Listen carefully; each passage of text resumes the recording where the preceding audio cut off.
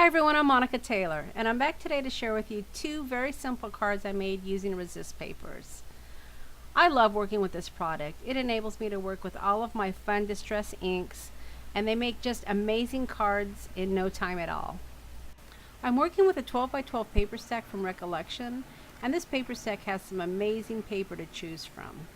The stack also comes with some great sentiments, making it very easy to make quick cards in just minutes. I taped off the top portion of my sentiment card using blue painter's tape. I added some worn lipstick to my blending tool and I added it to the very top part of my card. I then readjusted my blue painter's tape to cover the top portion and I added some shaded lilac. This is a very easy technique, but it made such a great result. The painter's tape may come up just a bit, but you just want to adjust it and hold it down so that you don't get your inks cross-contaminated. Once I was finished, I just took some felt and I rubbed off the excess paint that may have covered the white portion. Because this is resist paper, you can see that it comes off very easily. I then moved on to the background. Using the same two colors, I alternated between them to create my background.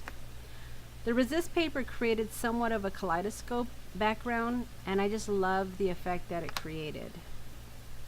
Once you've added your colors, all you need to do is just take a piece of felt or even a paper towel to just rub off some of the excess that may have gotten on the white portion.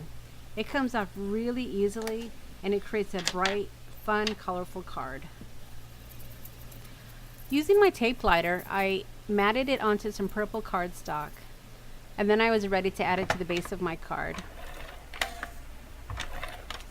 I thought it was a good idea to actually add it to the base of the card before I added the sentiment because I knew I was going to use some foam dots. I added 4 foam dots to each corner and put it in the center of my card. It really is a stunning effect, and as you saw, it was so easy to put together. The next card I want to share with you is a thank you card I made using some scraps of resist paper along with some deco foil. Using my blending tool, I added some faded jeans to the scrap piece of resist paper. I knew I wanted to add a banner to my thank you card, and this scrap piece of paper was the perfect addition. I snipped off the bottom portion of my paper to create a banner, and at this point my banner was complete. I had a stencil in my craft stash that would match the banner perfectly.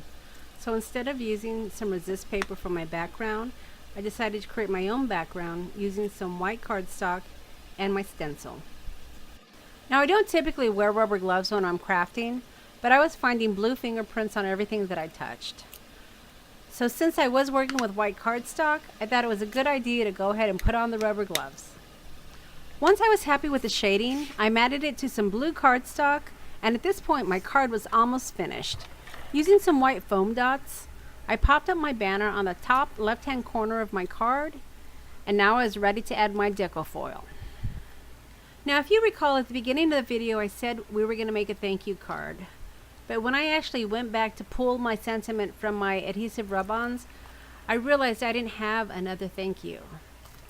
But it really wasn't a problem because you can see I had so many other fun sentiments to choose from. Now if you've never worked with deco foil, they're simply foil sheets that adhere to any sticky surface to add great color and shine. The adhesive rub-ons that I'm working with come from Prima, and they offer a variety of sentiments as well as fun backgrounds. I added the sticky portion of my sentiment onto my card base and rubbed it down with my fingers. Once it was completely adhered, I went ahead and pulled up the plastic portion, and as you can see, the sentiment stuck to the cardstock perfectly. The foil sheets I chose to work with were from Ranger, and I chose this packet because they had a great blue foil that matched my card perfectly. Now as you can see, you're going to place the foil sheet shiny side up and simply rub over the sticky portion of your adhesive rub-on. You're going to want to lift up your foil sheet slowly to ensure that the shiny transfer is completely adhered to your rub-ons. When picking it up, if you've noticed that there still are some portions not covered, simply take your foil paper back over the adhesive rub-on and reapply. I had these cute blue anchor stickers from Me and My Big Ideas that I thought matched my card perfectly. So I decided to add those as an embellishment. Well, I hope I've given you some ideas on how to make quick and easy cards using resist paper. I've provided links to all the products that I've used below.